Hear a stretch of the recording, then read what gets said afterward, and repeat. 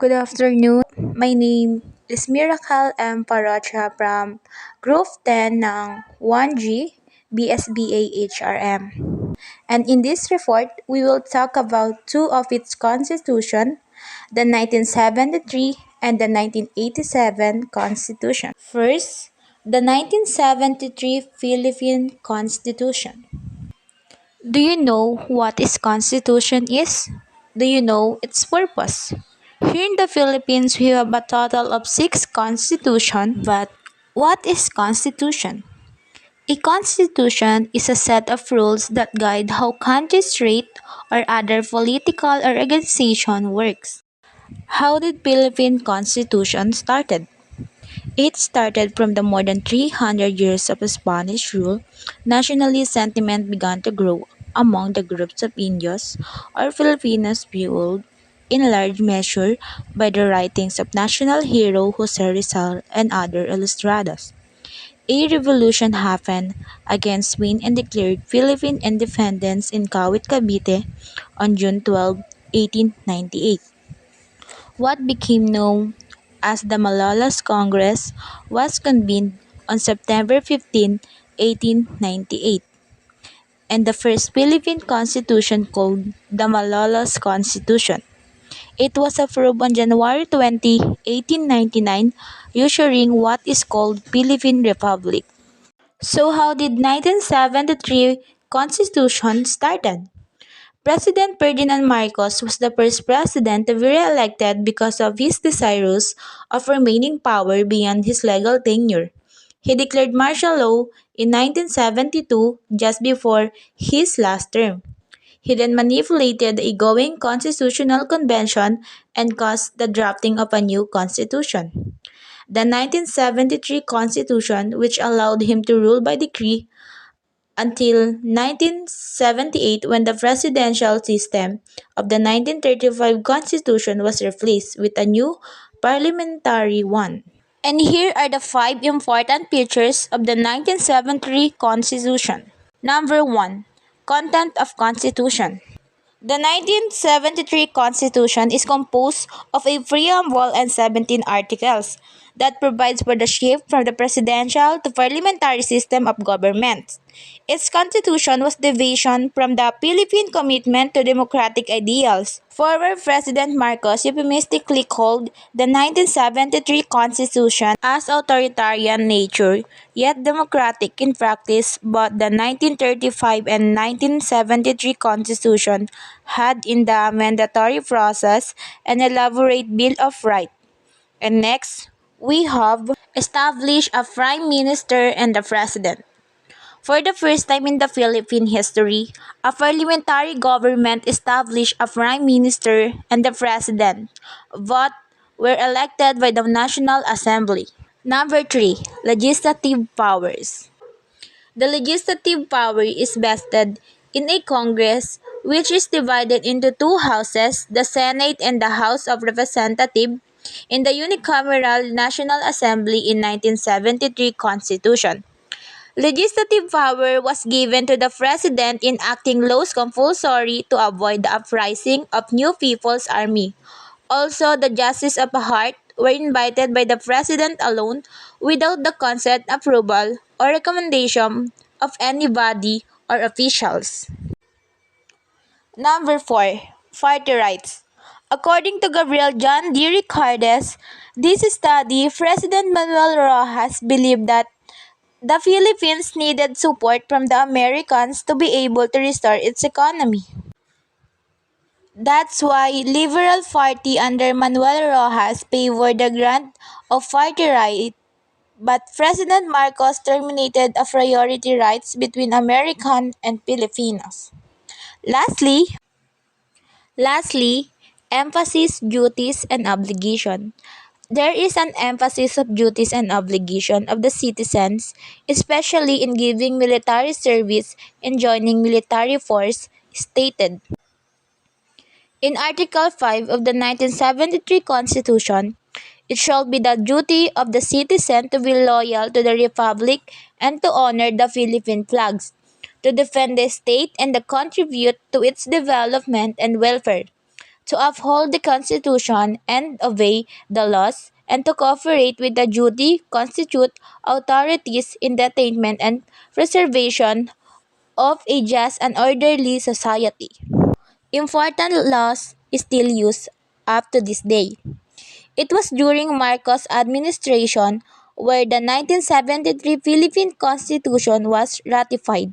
If you are going to compare the 1973 Constitution and the current Constitution that we're following, you will notice that the articles have the same meaning. It's just that the description for every article in the 1987 Constitution are more elaborated. Some of these are Article 1, National Territory; Article 2, Declaration of Principle in the State Policies; Article 3, Bill of Rights; formerly Article 4, Bill of Rights in the 1973 Philippine Constitution. Section 4 that say, no law shall be passed abridging the freedom of speech, of expression, or of the press, for the right of the people peaceably to assemble the petition, the government of the readiness of grievances. Let me discuss the presidential decrees. A decree is a rule of law usually issued by the head of state successive president. It was a former president of the Philippines, Ferdinand E. Marcos, who innovated the idea of presidential decree with the proclamation of martial law. One of the important decree is the Presidential Decree number 86 series of 1972, also known as the Creating Barangay or Citizen Assemblies. Now, the barangay is considered as the basic unit of the government and is recognized in the 1987 Constitution. Another example is the Presidential Decree 1177, known as the Budget Reform Decree, which commonly known as the fourth barrel and the source of the greatest scam, whose mastermind was said to be Mrs. Janet Lim Napoles. Now, let's talk about suffrage. Suffrage or right to vote in political election during the 1935 Constitution. Only male citizens with at least 21 years of age and who is able to read and write are allowed to vote. But it was changed. Article 6 of 1973 Constitution, where all citizens of the Philippines who is at least 18 years of age are allowed to vote. There is no literacy or property requirements, but he or she should be a resident for at least 1 year and 6 months in the place he or she proposed to vote, and this is still applied and the follow in the present day. Next is Article 3, which talk about citizenship. Who are the citizens of the Philippines? Well, basically, if your parents are Filipino citizen. But what if you married an alien? The alien I'm talking about is not in the spaceship, but this is a foreign person who is a permanent resident of the country but does not have citizenship.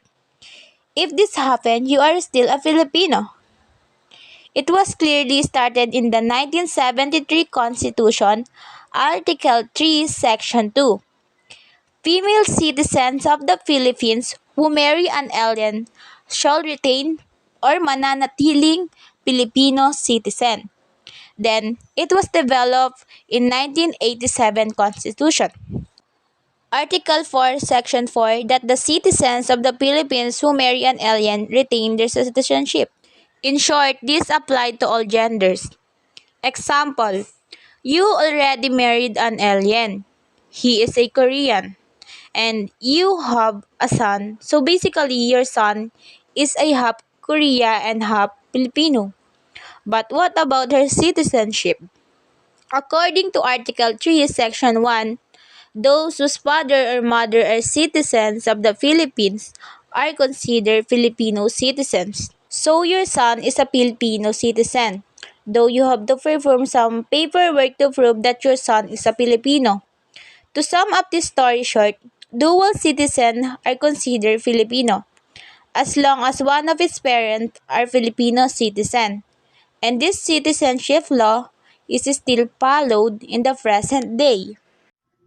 Strength. First, the Constitution ensures the citizens of the Philippines are healthy, education, and security. Second, the Constitution lead the records and books of account of each member to the public. Also because the Constitution allows us the people of the Philippines the right of the people to information on matters of public concerns shall be recognized.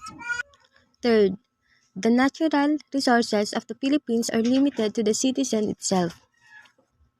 This is one of the strengths of the Constitution I noticed because we need to limit the access of our natural resources because if we allow anyone to have access to our resources, probably it will not take long, it will destroy. Fourth, the Constitution ratifies the rights of the workers. It is one of the traits of the Constitution because it's a freedom of association to equal opportunity and to protect our workers against discrimination. Fifth, the Constitution allows everyone the right to vote. No gender role. Along with strength, the 1973 Philippines Constitution also has its weaknesses. This constitution allowed Marcos the rule by decree until the year 1978 when the presidential system of the 1935 Constitution was replaced with a parliamentary one.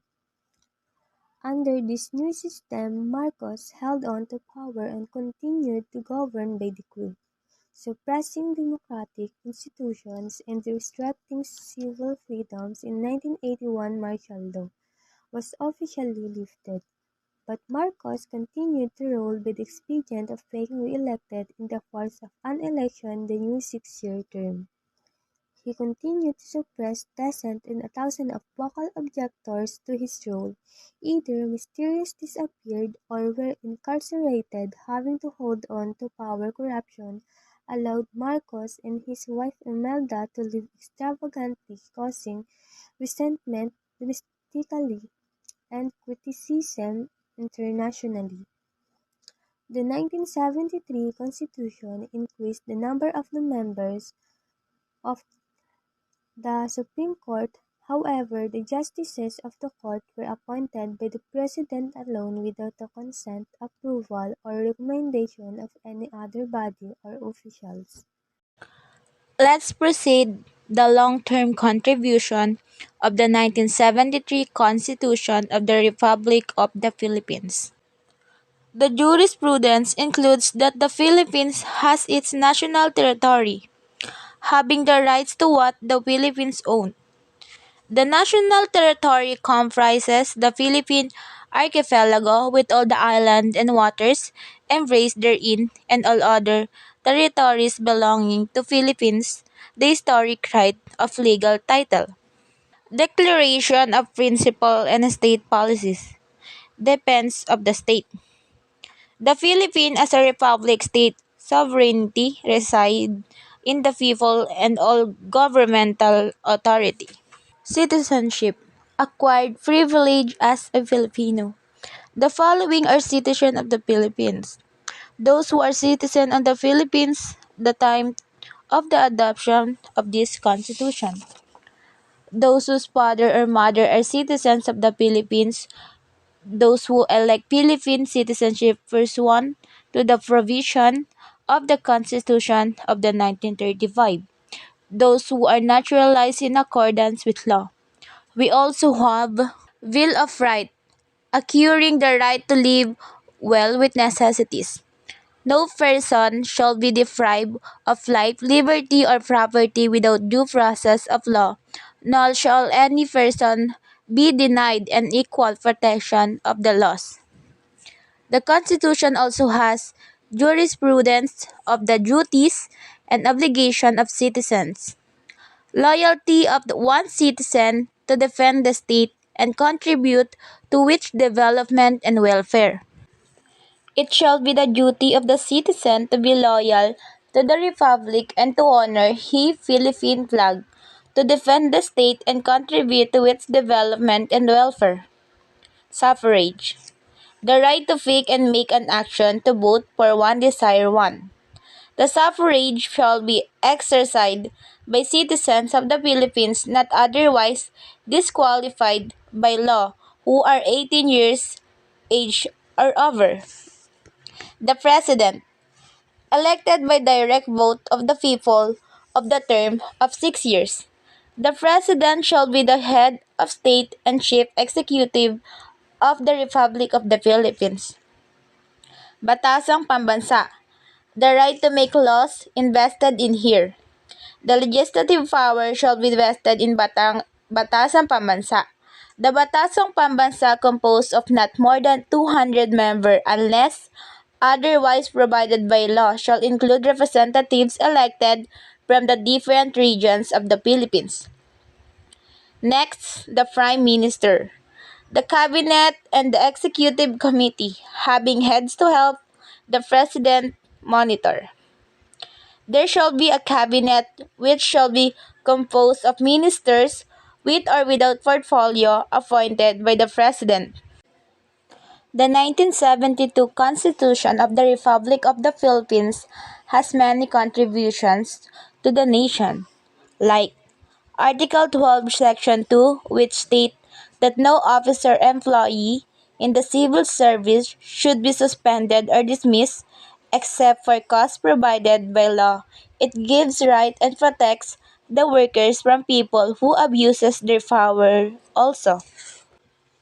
Article 13, Section 2, which state that the President, the Justice of the Supreme Court, and the members of the Constitutional Commission shall be removed from office on the impeachment for the conviction of culpable violation of the Constitution, treason, bribery, or graft and corruption. This helps the citizens of the Philippines to have a better government because those who will commit high crimes will be removed because of this law. The Philippines has many natural resources and it should be preserved and protected. In Article 14, Section 8 has a big contribution for that because it states that natural resources must be not alienated, no license, concession, or lease for the exploration or utilization of any of the natural resources shall be granted. Next, education is really important and according to Article 15, Section 8, Number 5, the state shall maintain a system for free public elementary education and in areas where finances permit establish and maintain a system of free public education, at least up to the secondary level. This law is very helpful, especially to those who cannot afford private school education. It's also the key to success, so having free education is a big relief to many Filipinos. Good day everyone. So my name is Maxine Santos and I am the reporter in 1987 Constitution after martial law. President Corazon Aquino's government had three options regarding the Constitution. So dito naging president na si Corazon at may tatlong pagpipilian na kailangan para sa saligang batas. So first, revert to the 1935 Constitution.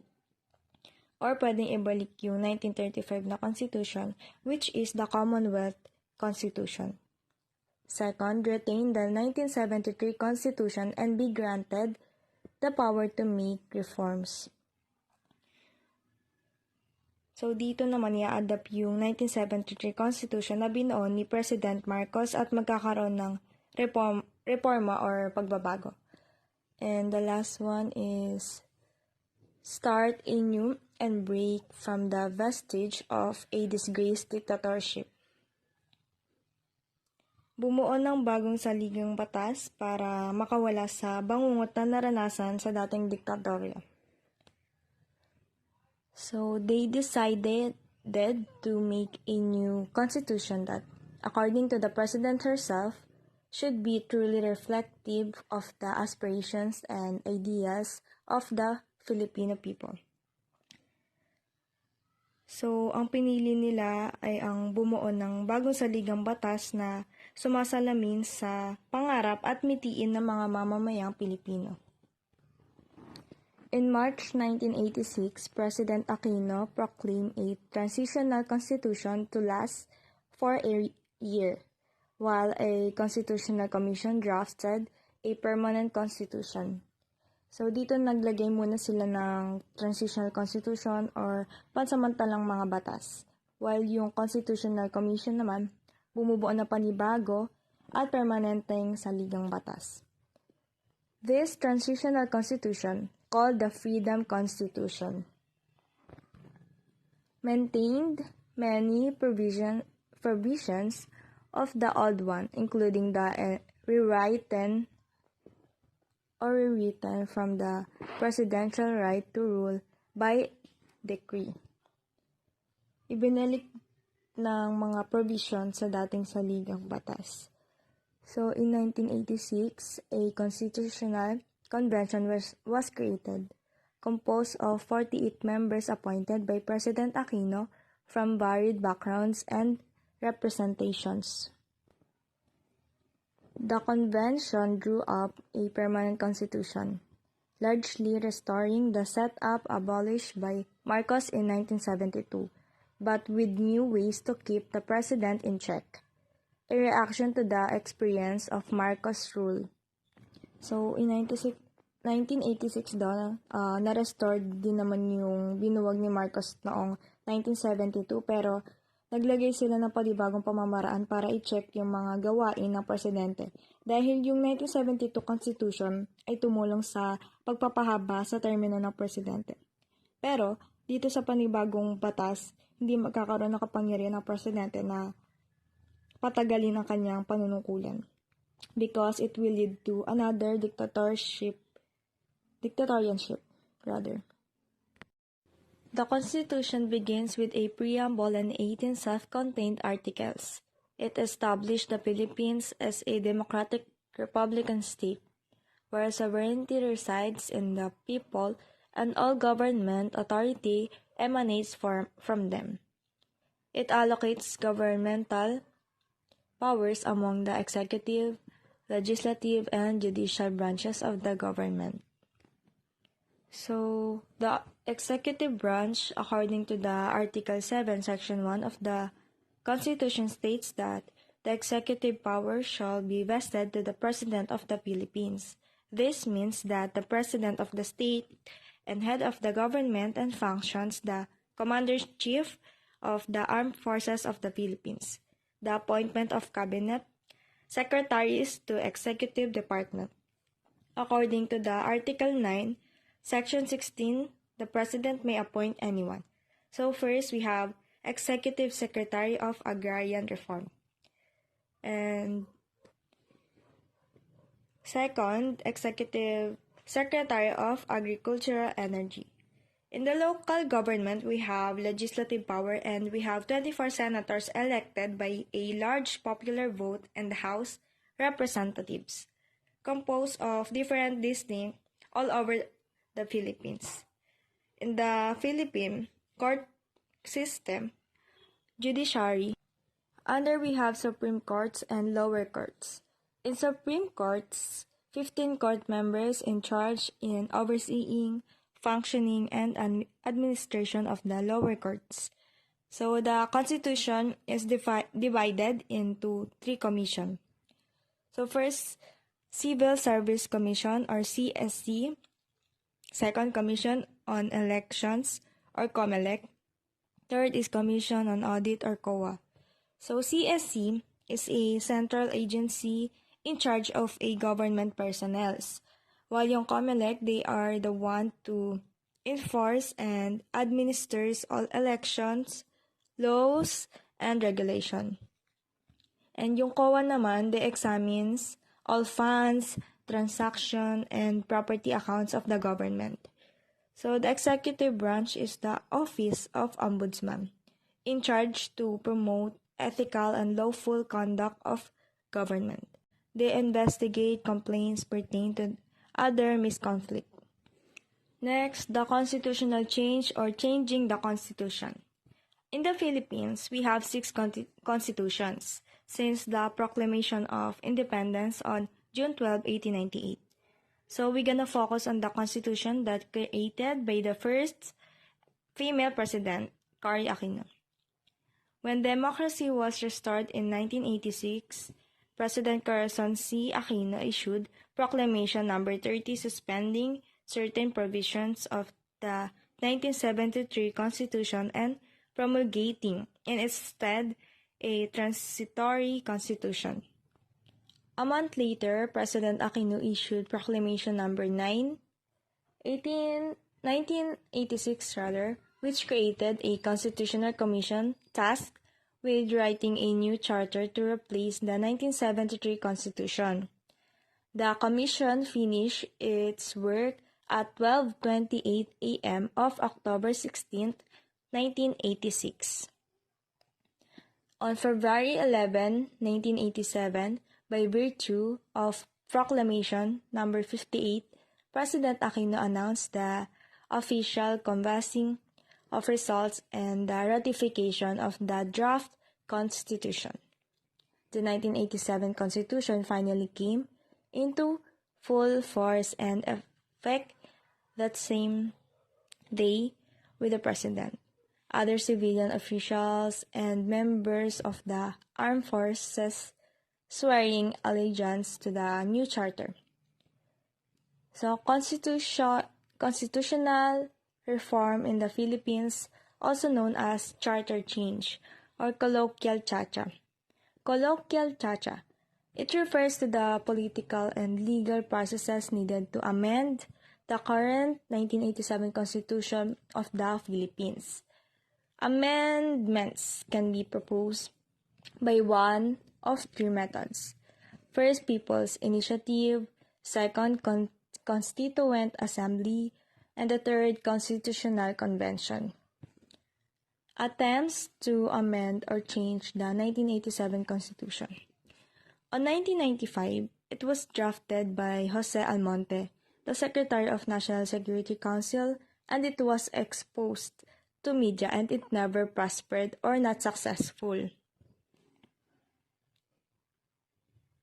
So, on 1997, where a group of people gathered different signatures from voters to change the Constitution. They are called PIRMA or PIRMA. It is through people's initiative to change the Constitution. However, in Supreme Court judging initiated by Senator Miriam Defensor Santiago brought up the issue to court and won. She strongly believed that people initiative cannot push through without enabling the law. President Joseph Ejercito Estrada, he formed a study commission to investigate charter change that focuses on the economic and judiciary provisions of the Constitution, but it was blocked by different entities and not successfully implemented. The next attempt happened after the replacement of President Estrada through people power and succeed by Vice President Gloria Macapagal Arroyo, where House Speaker Jose de Venecia endorsed to amend a constituent assembly that entails 2/3 vote of the House to propose revisions to the constituent. But still, it was not successful since the term of President Arroyo was marred in controversy and scandal. So, Benigno Aquino, there is no mark or interest in charter change except those emanate from different members of Congress and House Speaker. Feliciano Belmonte Jr. attempted to introduce amendments that concerns economic provisions that aim for liberalization. And President Duterte, he is known to advocate federalism. This made of government combining a central or equal in federal government with regional government in political system. This advocate is in part is influenced from his background being a vocal leader in Mindanao. And in December 7, 2016, he signed as an executive order creating a consultative committee to review the 1987 Constitution. Federalism. What is federalism? Federalism is a combined or compound mode of government that combines a general government with a religion government in a single political system, dividing the powers between the two. Federalism is the modern era was adopted in the unions of states during the old Swiss Confederacy. Federalism is the Philippines was supported by President Duterte in the 2016 presidential election, saying that it will eventually distributed wealth in the Philippines instead of concentrating in Manila, the capital of the country, as a form of a government, a central governing authority, and constituent political units constituently. Shares sovereignty. Applied to the Philippines, the country will be broken into autonomous regions. Each regions will be further divided into local government units. The region will have the primary responsibility of industry development, public safety, and instruction, education, healthcare, transportation, and many more. Each regions will have take care of their own finance plans for development and law executive to the area. The national government, on the other hand, will only handle matters of national interest such as a foreign policy and defense. Among others, in the system, it is possible for central government and religions to share certain powers. Our current system is that of unitary form, where administrative powers and resources are concentrated in the national government. Mayors and governors would have to rely on allocation provided to them through a proposed budget that is also provided by the national government, a system prone to abuse. There are many pros to a federal form of government. Each regions may custom fit solutions to problems brought about by their distinct geographic, cultural, social, and economic context. Regions also have more powers over their finance, since they handle majority of their income and only contributes to a small portion to the national government. Asking for national government go signal federalism system also promote specialization, since the national government could focus on nation-wide concerns while regional governments can take care of the administration issue. A federal form of government could also solve a lot of decade-old problems of the country.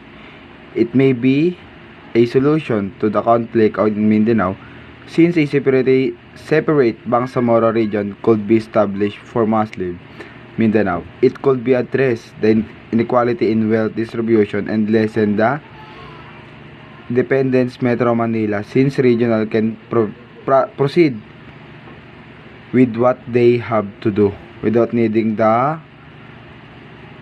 to consider the situation in the capital. There are also cons to federalism. While it creates competition among regions, it could be also be a challenge to achieving unity in the world. There might be regions which are not ready to govern themselves or have lesser resources, which could mire them deeper in poverty and make development uneven the country. There are regional beings or vice versa also propose solution to the conflict in Mindanao. We must also remember that the autonomous region in Muslim Mindanao or ARMM had already been created and the conflict still continues. Federalism not be enough for those who claim more separation. Any effort to shape the system government also entails cost, and it would be not to be cheap. Would cost billions to administrate the current system and would take a long time before the system normalizes and irons out its nick. Time before the system normalizes and irons out its nicks is unfair surge of populism. President Rodrigo Duterte won the 2016 presidential election in the campaign entering on law and orders proposing to reduce crime by killing tens of thousands criminals. He is also known advocate of federalism, a compound mode of government combining a central or federal government with regional government in a single political system. The advocacy is in the part an influence of his background being a local leader in Mindanao that has been marred in poverty and violence for decades. On December 7, 2016, President Duterte signed an execution order creating consultative committee to review the 1898 Constitution. Policies on agrarian reform. Agrarian reforms is essential. The rectification of the whole system of agriculture, an important aspect of the Philippines economy, because nearly half of the population is employed in the agriculture sector, and most citizens live in rural areas. Agrarian reform is centered on the relationship between production and the distribution of land among farmers. It is also focused on the political and economic classic character of the related enterprise and how this connect to the wider structure. Through genuine and comprehensive agrarian reform, the Philippines will be able to gain more from its agricultural potential and uplift the Filipinos in the agricultural sector who have been for the longest time suffering in poverty and discontent. In our attempt to understand the development of agrarian reform in the Philippines, we turn our attention to our country's history, especially our colonial past, where we could find the root of the agrarian whose the country has experienced up to his everyday. Land ownership in the Philippines under Spain. When the Spaniards colonized the country, they bought them a system of pueblo agriculture, where rural communities, often dispersed and scattered in nature, were organized into a pueblo and given land to cultivate.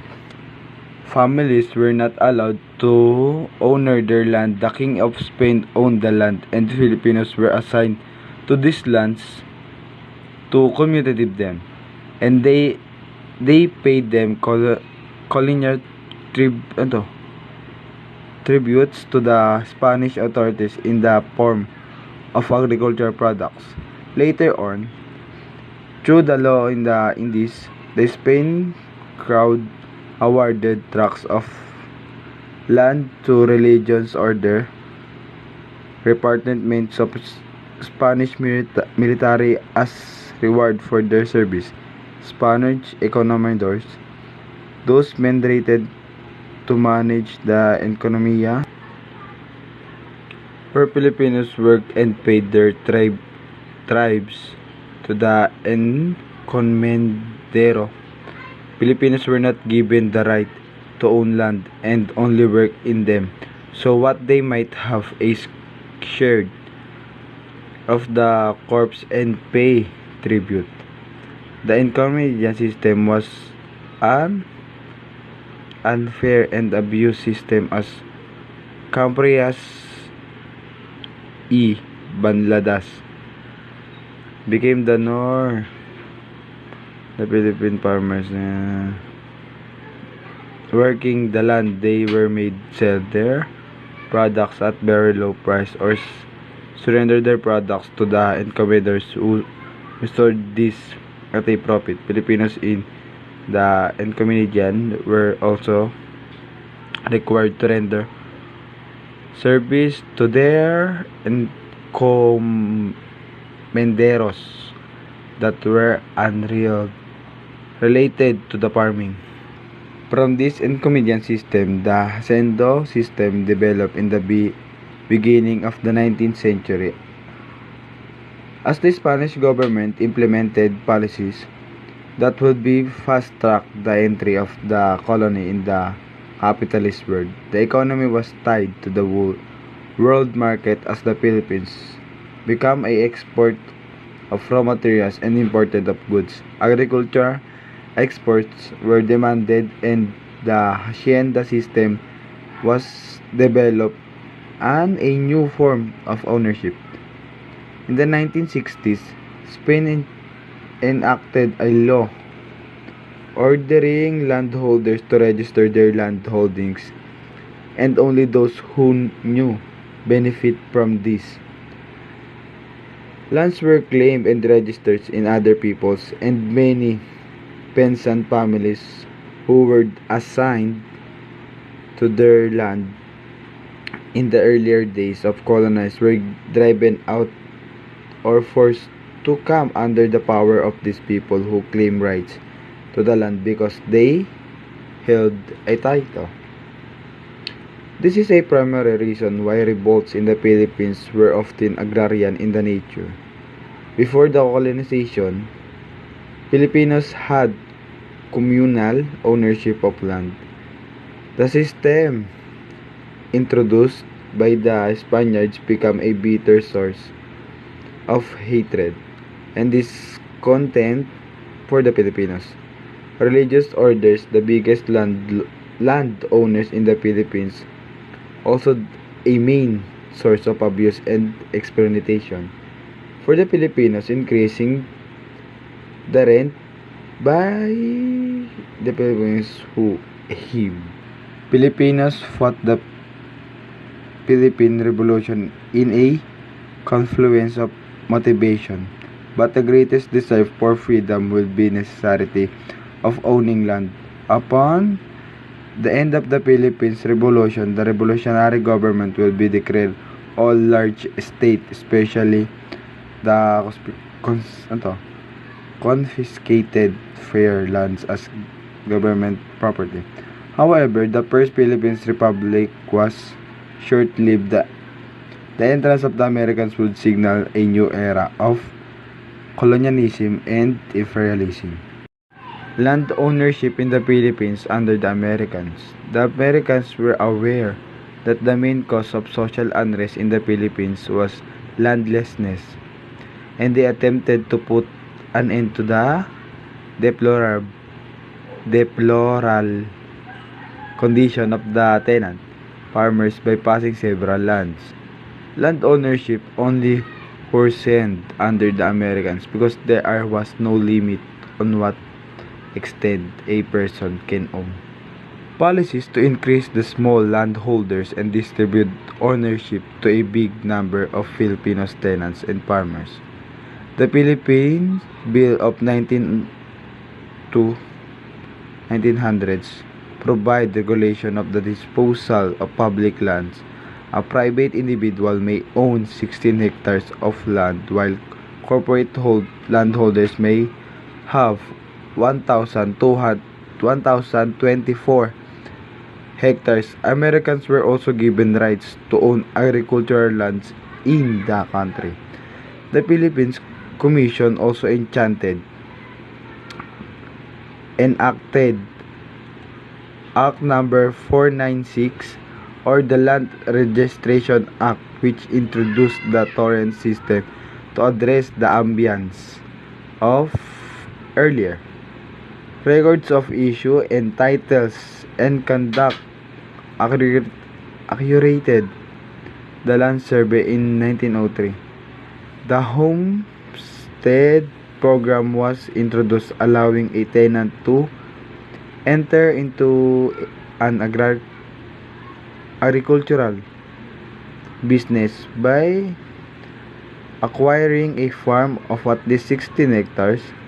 This program, however, was limited to areas in northern Luzon and Mindanao, where colonial penetration had been different for Americas, a problem they inherited from the Spaniards. Land ownership did not improve during the American period. In fact, it even worse because there was no limit to the size of landholding. People could possess, and accessibility of possession was limited to those who could afford to buy and acquired fixed properties titles. Not all friars land acquired by the Americans were given the landless peasant farmers. Some lands were sold or leased to American and Filipino business interests. This early land reforms program was also implemented without support mechanism. If a landless peasant farmer received land, he only received lands, nothing more.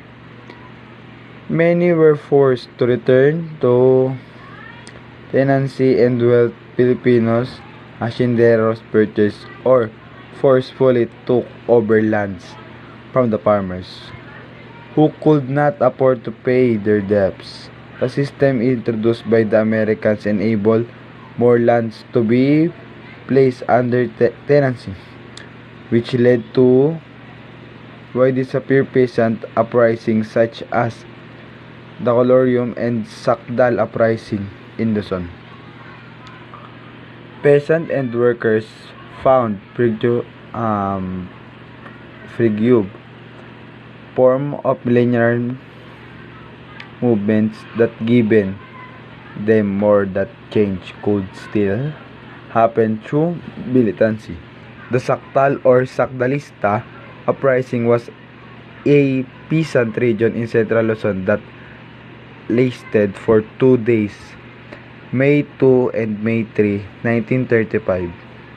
It was easily crushed by government force then, but this event tells of the social inequality brought about by issue in the land ownership and tendency in the country. The Filipinos were Sakdal means to accuse, which in the title of the newspaper held by Benigno he read support from Manila and nearby province through the publication, which led to the establishment of the Partido Sakdals in 1933. They demand reforms from the government, such as such as the abolition of taxes and equal or common ownership of land, among others. They also opposed the dominant nationalista party list, accept of gradual independence from the United States, and instead demand immediate ito, immediate severance of ties with America. For a new party with a small cult, they did well in the 1934 general election, scoring these seats in the House of Representatives and several local posts. This encouraged them to attempt an uprising in 1935 upon being crushed. Ramos fled to Tokyo and the Partido Sakdal's collapsed. During the years of the Commonwealth government, the situation further worsened as peasant uprising increased and landlord-tenant relationship became more and more desperate. President Quezon laid down a social justice program focused on the purchase of haciendas which were to be divided and sold to tenants. His administration also created the National Rice and Corn Corporation, or NARIC, to assign public defense or to as to assign public defense to assist peasants in court battles for their rights to the land. And the Court of Industrial relation to the exercise jurisdiction over disagreement arising from landowner-tenant relationship. The Homestead Program also continued through the National Land Settlement Administration, or NLSA. Efforts toward agrarian reform by the Commonwealth failed because of many problems such as a budget allocation for the settlement program and widespread peasant uprising.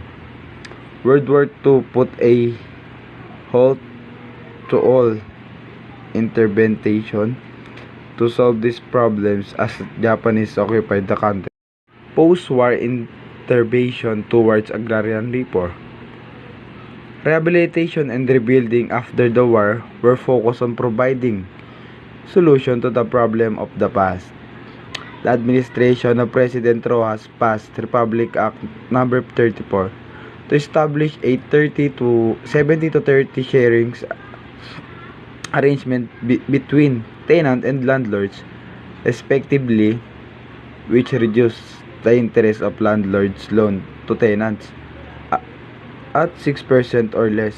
The government also attempted to redistribute Hacienda's lands, falling prey to the host of similar attempts since no support was given to farmers who were given lands. Under the term of President Elpidio Quirino, the Land Settlement Development Corporation, La SEDEGO, was established to accelerate and expand the resettlement program for peasants. This agency later on became the National Resettlement and Rehabilitation Administration under the administration of President Ramon Magsaysay. The importance of pursuing Genuine Land Program, or NARA, and convinced the Congress, majority of which were landed elites, to pass legislation to improve the landlord reform. Situation Republic Act No. 1199, or the Agricultural Tenancy Act, was passed to government and the relationship between landlords and tenants, farmers, protecting the tenancy rights of tenants and enforce tenancy security, fixed and residential of tenanted farms, and resolve land disputes filed by the landowners and peasant organization. The Agricultural Tenancy Commission was also established to administer, was also created mainly to provide warehouse facility and assist farmers in marketing their products. The administration spearheaded the establishment of the Agricultural and Industrial Bank to provide easier terms in applying for homestead and others farmland. NARA accelerated the government resettlement program and distribute of agricultural lands to landless tenants and farmers. It also aimed to convince members of the Hooks, a movement of rebels in Central Luzon, to resettle in areas where they could restart their lives as peacefully citizens. Despite a more vigorous effort towards agrarian reform, the situation for the farmers remained there since the government lacked funds and provided inadequate support service for the programs. The land elite did not fully cooperate, and they criticized the program. A major stride in land reforms arrived during the terms of Presidential Diosdado Macapagal through the Agricultural Land Reform Code, Republic Act number 3844. Declaration of Policy under Republic Act number 3844 or Agricultural Land Reform Code. Ang Republic Act 3844 o Agricultural Land Reform Code ay isang batas na ang layunin ay may ahon ang magsasaka sa pagkabilanggo sa lupang sinasaka at maipamahagi ang lupang sakahan ng naayon sa nasabing batas. Section 2, Declaration of Policy. First is to establish the economic family-sized farm as basis of Philippine agriculture, and as a consequence, divert landlord capital in agriculture to industrial development. Second is to achieve a dignified existence for the small farmers free from pernicious institutional restraints and practices. Third is to create a truly viable social and economic structure in agriculture conducive to greater productivity and higher farm incomes. Fourth is to apply all labor laws equally and without discrimination to both industrial and agricultural wage earners.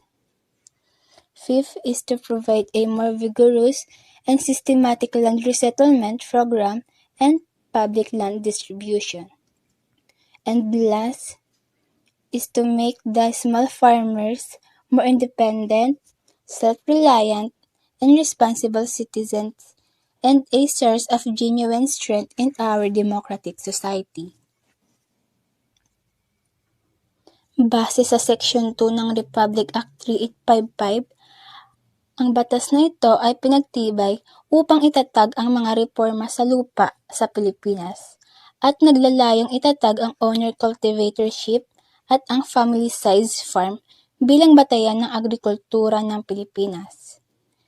Ito rin ay pagkamit ng malawak na sakahan para sa mga magsasaka at upang makaiwas sa mga nakapinsalang pagpigil at gawi sa industriya, at gawing mas organisado at responsableng mamamayan ang mga magsasaka. This code abolished share tenancy in the Philippines and prescribed a program to convert tenant farmers to lessees and later on owner cultivators. It also aimed to free tenants from tenancy and emphasize owners' cultivatorship and farmer independence, equity, productivity, improvement, and public land distribution. Despite being one of the most comprehensive pieces of land reform legislation ever passed in the Philippines, Congress did not make any effort to come up with a separate bill to fund its implementation, despite the fact that it proved beneficial in the provinces where it was pilot tested. Ang code na ito ay pagbigay daan upang alisin ang pakikibahagi ng landowner sa kinikita ng magsasaka.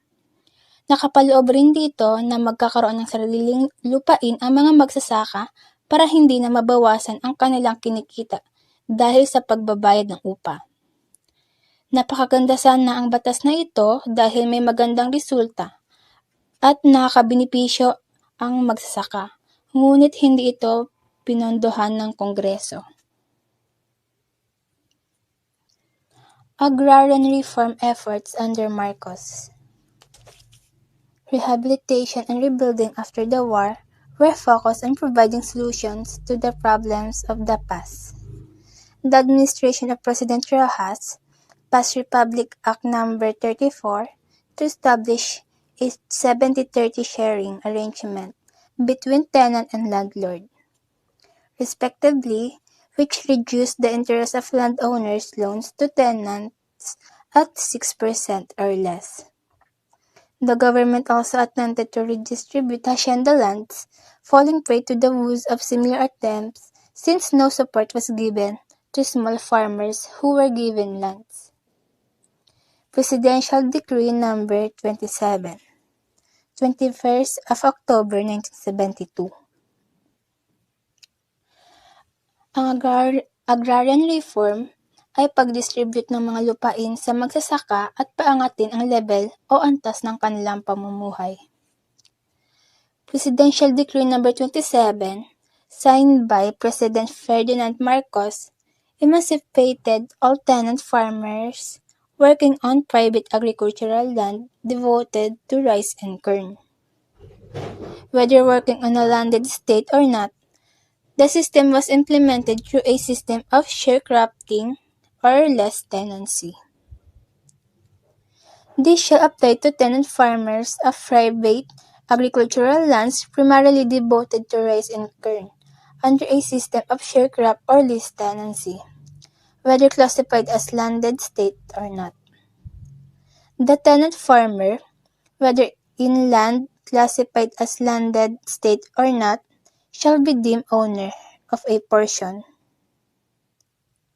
constituting a family-sized farm of 5 hectares if not irrigated and 3 hectares if irrigated. In all cases, the landowner may retain an area of not more than 7 hectares if such landowner is cultivating such area or will now cultivate it. The purpose of determining the cost of land to be transferred to the tenant farmer pursuant to this decree. The value of the land shall be equivalent to 2.5 times the average harvest of 3 normal crop years, immediately preceding the promulgation of this decree.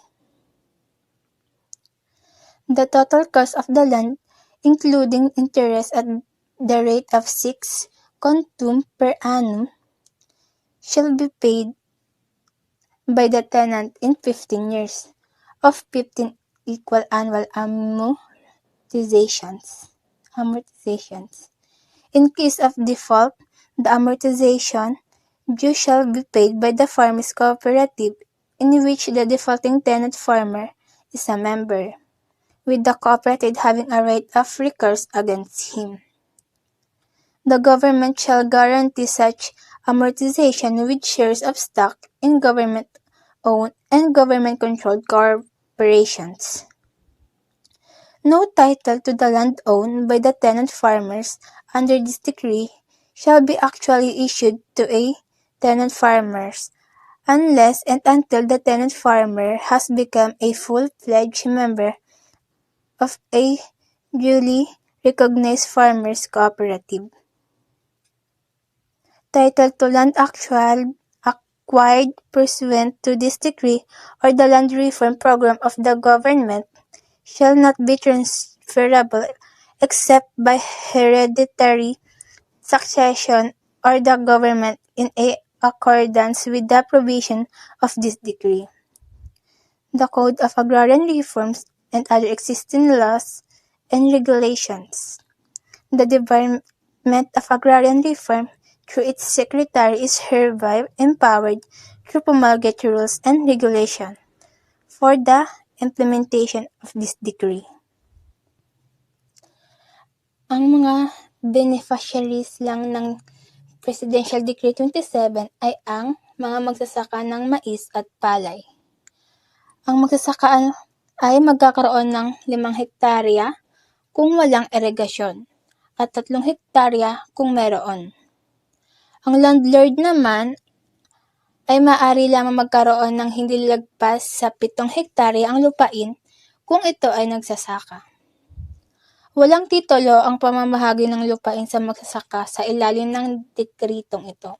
Magkakaroon lamang ng titulong lupain ang magsasaka kung sasapi o kasapi ito sa kinikilalang kooperatiba ng magsasaka.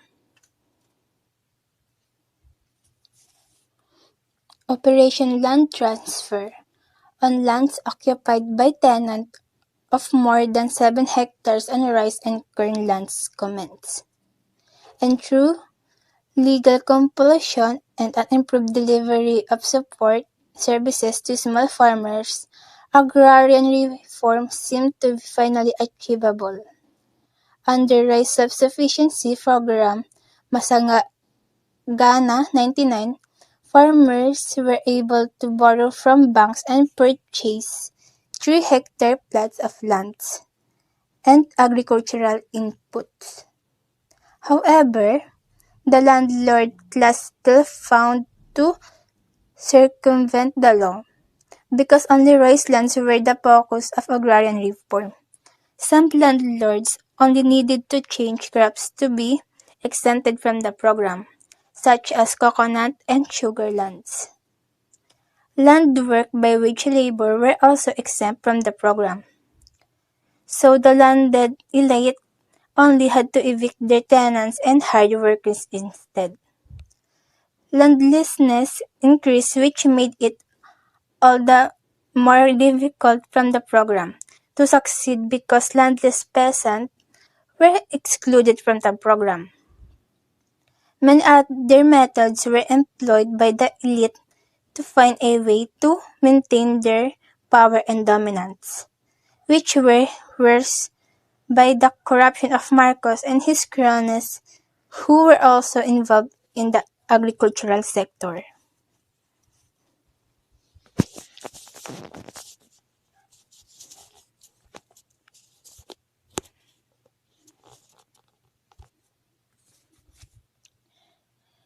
Ang Masagana 99 ay programang agrikultura na maaaring umutang ang mga magsasaka sa bangko upang makabili ng lupain. Dahil nga na ang magsasaka ng mais at palay lang ang kasama sa agrarian reform. Hindi kasali ang ibang magsasaka katulad ng magsasaka ng asukal at iba pa. Kaya nagkaroon ng iba't ibang protesta ang mga magsasaka ukol dito. Base sa pananaw o resulta, naging bigo ito dahil marami pa ring mga magsasaka ang naghihirap at walang sariling lupain. Post-agrarian reform 1986. The overthrow of Marcos and the 1987 Constitution resulted in a renewed interest and attention to agrarian reform, as President Corazon Aquino envisioned agrarian reform to be the centerpiece of her administration. Social legislation, which proved difficult because her background betrayed her. She came from a family of a wealthy and landed clan that owned the Hacienda Luisita.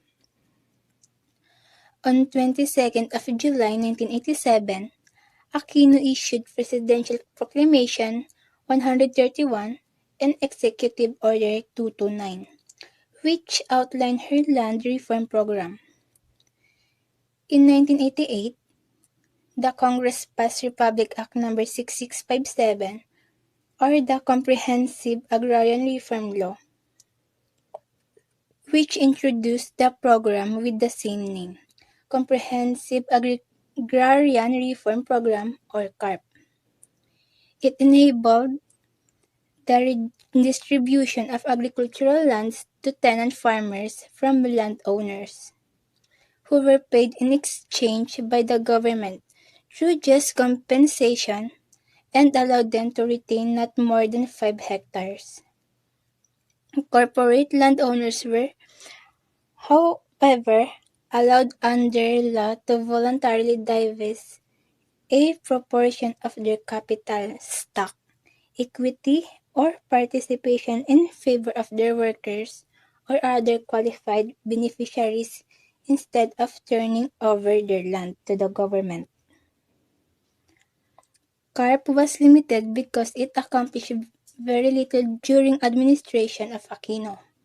It only accomplished 22.5% of land distribution in 6 years, owing to the fact that Congress, dominated by the landed elite, was unwilling to fund the high compensation cost of the program.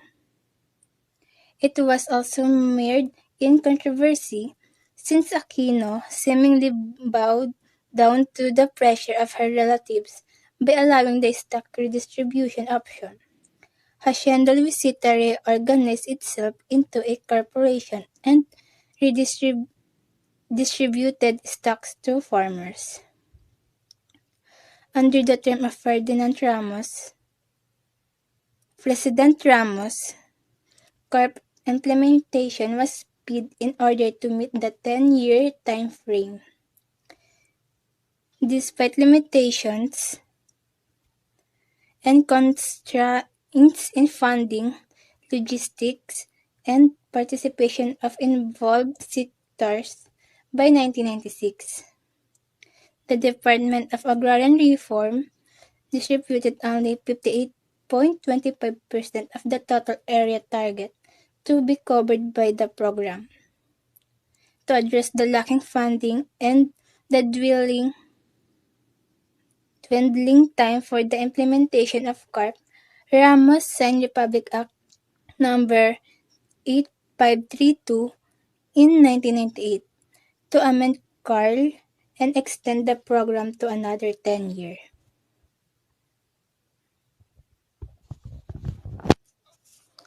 Ang Batas ng Reformang Panglupain ng Pilipinas na ipinasa ng Kongreso ng Pilipinas at nilagdaan ni Pangulong Corazon Aquino noong 1988. Ito ay Republic Act No. 6657 noong ika-10 ng Hunyo. Nilagdaan ni Pangulong Corazon ang Comprehensive Agrarian Reform Program na ipinasa ng Kongreso ng Pilipinas na pinanaigan ng mga kasamping mambabatas nitong nagmamay-ari ng mga lupain. Ang batas ay nagbabahagi ng mga lupain sa mga manggagawang magsasaka mula sa mga may-ari ng lupain na babayaran ng pamahalaan. Ngunit pumapayag rin sa mga may-ari ng lupain na magpanatili ng hindi higit sa 5 hektarya ng kanilang lupain. Ang mga may-ari nagbenta ng lupain ay babayaran ng installment sa 15 na taon. Sinasabing ang batas na ito ay kumikiling sa mga may-ari ng lupain, gaya ng opsyong pagbabahagi ng stock na pumapayag sa mga may-ari ng lupain na makaiwas sa pagbebenta ng kanilang lupain, at sa halip ay magbabahagi ng stock sa kanilang mga manggagawa.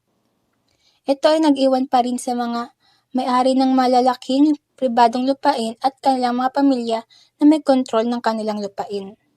Ang halimbawa nito ang Hacienda Luisita, na pag-aari ng pamilyang Cuangco na kinabibilangan ni Corazon Aquino, na namahagi lamang ng stock sa mga manggagawa ng Hacienda Luisita, sa halip na ipamahagi ang lupain ng Hacienda Luisita sa mga manggagawa.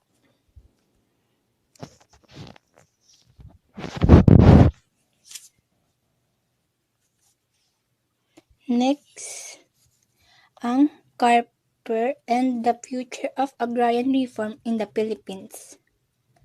More than new deadline of CARP expired in 2008, leaving 1.2 million farmer beneficiaries and 1.6 million hectares of agricultural land to be distributed to farmers. In 2009, President Arroyo signed Republic Act No. 9700 or the Comprehensive Agrarian Reform Program Extension with Reforms or CARPER. The amendatory law that extended the deadline to 5 years, Section 30 of the law, also mandates that any case and/or proceeding involving the implementation of the provision of CARP, as amended, which may remain pending on 30th June 2014, shall be allowed to proceed to its finality and executed even beyond such date. From 2009 to 2014, Carper has distributed a total of 1 million hectares of land to 900,000 farmer beneficiaries. After 27 years of land reform and to Aquino administrations, 500,000 hectares of land remain undistributed. The DAR and the Department of Environment and Natural Resources are the government agencies that mandate to fulfill CARP and CARPER, but even the combined effort of resources of the two agencies have proved incapable of fully achieving the goal of agrarian reform in the Philippines. The same problems have plagued its implementation. The powerful landed elite and the ineffectual bureaucracy of the Philippine government. Until these two challenges are surmounted, genuine agrarian reform in the Philippines remains but a dream to Filipino farmers who have been fighting for the right to land owners for centuries.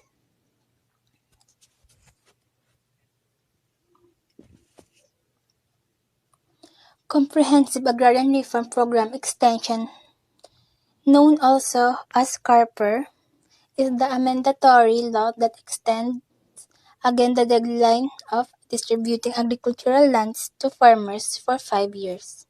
It also amends other provisions stated in CARP.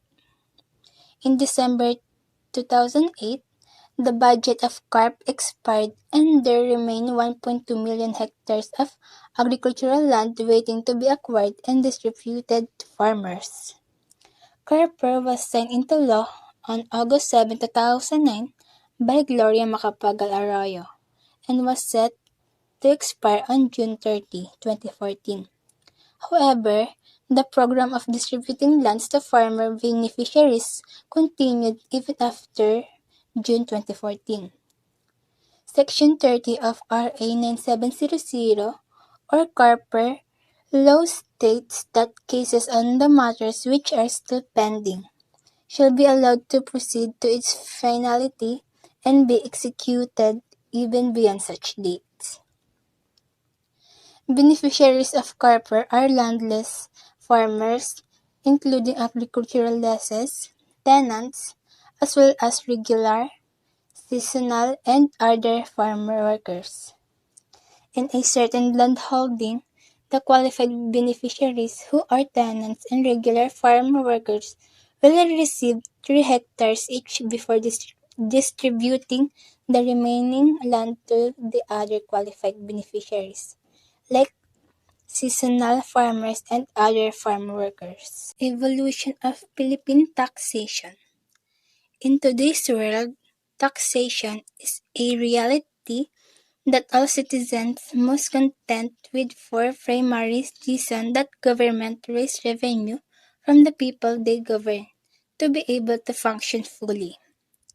In exchange for the taxes that people pay, the government promises to improve the citizens' lives through good governance. Taxation as a government mechanism to raise funds, develop and evolve through time and in the context of the Philippines. We must understand that it came with our colonial Taxation in Spanish Philippines. The Philippines have abundant natural resources before the encroachment of the Spaniards, but our ancestors were mainly involved in subsistence economy. And while the payment of tribute of taxes, buwis, handog, or the obligation to provide labor service to the datos in some early Filipino communities in the Philippines may resemble taxation. It is essentially different from the contemporary meaning of the concept. The taxation is the process by which the sovereign, through its law-making body, raises revenues used to defray expenses of government. It is a means of government in increasing its revenue under the authority of the law, purposely used to promote welfare and protection of its citizenry. It is the collection of the share of individual and organization came by government under the authority of the law. Taxation in Spanish. The tribute was a form of taxation implemented by Spanish government in the Philippines in order to support government and church operations. It was introduced in 1570. In 1589, the value of tribute was raised to accommodate the needs of the church. This was called taxum. That's all. Thank you for listening.